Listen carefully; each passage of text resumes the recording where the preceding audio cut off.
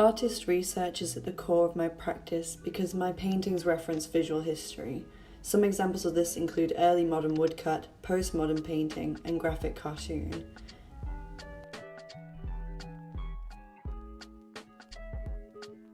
I am also drawn to narrative territories such as mythology, folklore, and film.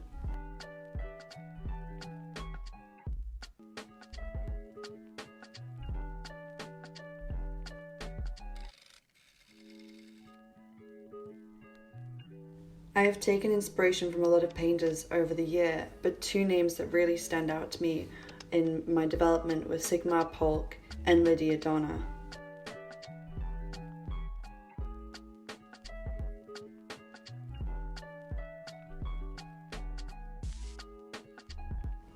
Fourth year began with these three drawings. Each began with the character design, and then the landscape was built around it. I was interested in narrative tableaus that resembled folklore. I employ an inventory of characters that range from personal to archetypal. Some of these characters act as recurring motifs in my practice. The theatrical exchanges between characters creates ambiguous narratives that are at times comical, macabre, or violent. Around this time, I also started experimenting with painting. I felt compelled to merge the language of my drawing with the language of my painting, but I wasn't confident with how this was going.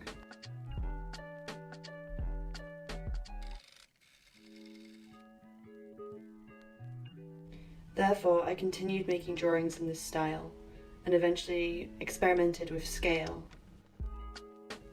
I really liked the appearance of the style that I was working in, but it started to feel a bit like a trap in my practice.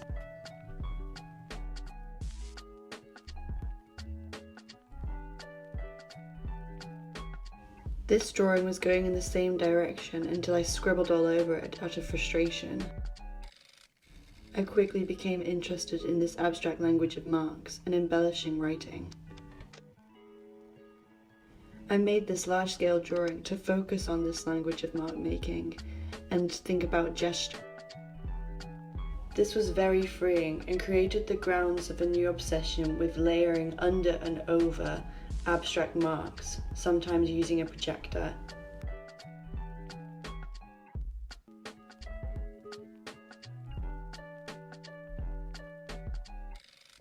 I then moved into digital drawing. Acquiring an iPad had a huge effect on my practice. It meant that I could experiment so much quicker and without burning through resources. I had used light boards before, and this felt like a similar process. Only now I could reuse and recycle ideas from my sketchbook and evolve them into whole new landscapes.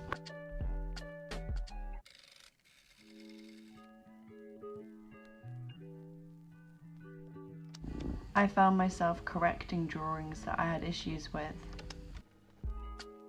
as well as building new characters.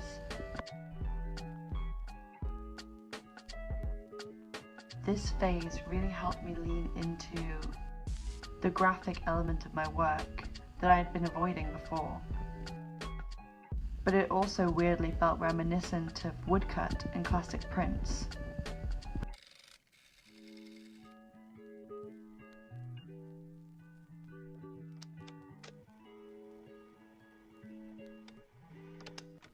Using digital media, I began layering my fine liner drawings over the photographs of my abstract drawings.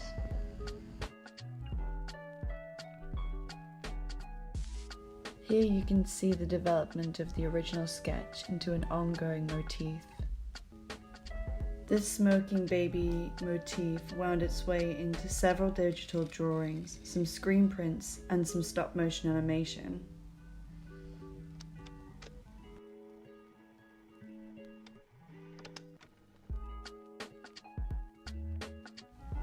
I even painted it into a ceramic, but I didn't move any further forward with this.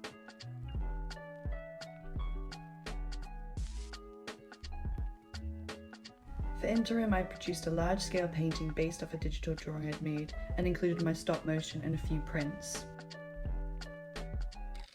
Another student was interested in how light affects colour. so temporarily I got on board with exploring these effects. Distracted by the quality of the ink in my prints, I neglected scale as an important factor. A4 didn't give a very professional look. Collaborating on the floor was really fun, but it also highlighted to me the relationship I had with control and drawing.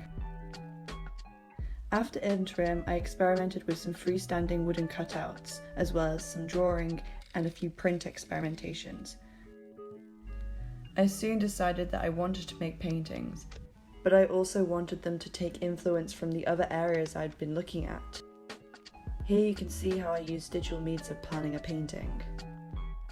This method of planning still left a lot of legroom for exploration and intuitive painting. In this series, I build landscapes and explore pictorial space by layering coherent images over and under the abstract language of marks. This abstract language is defined by embellishing automatic, arbitrary, and wayward marks to refine and enforce control. Transparency is utilized to tie these forces together.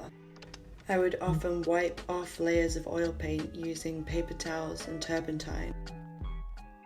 I also made a return to pattern and embellishment. Challenges posed whilst painting in this part of the project made me reconsider the equipment and mediums I was using. A central part of the practice became wrestling with material and image.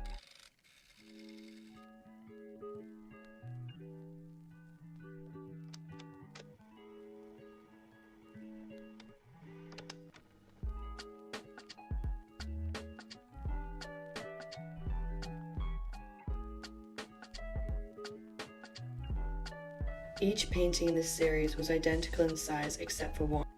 Having an odd number of paintings with a larger centerpiece had always been my plan. Hatton 4 is a large space, but it still made 7 paintings seem cramped. I therefore decided to remove 2 paintings from the series. I concealed mirror plates on the top and the bottom of the painting just out of eye view. This combated bowing and created a stark appearance. Finally, a spotlight was placed on each painting.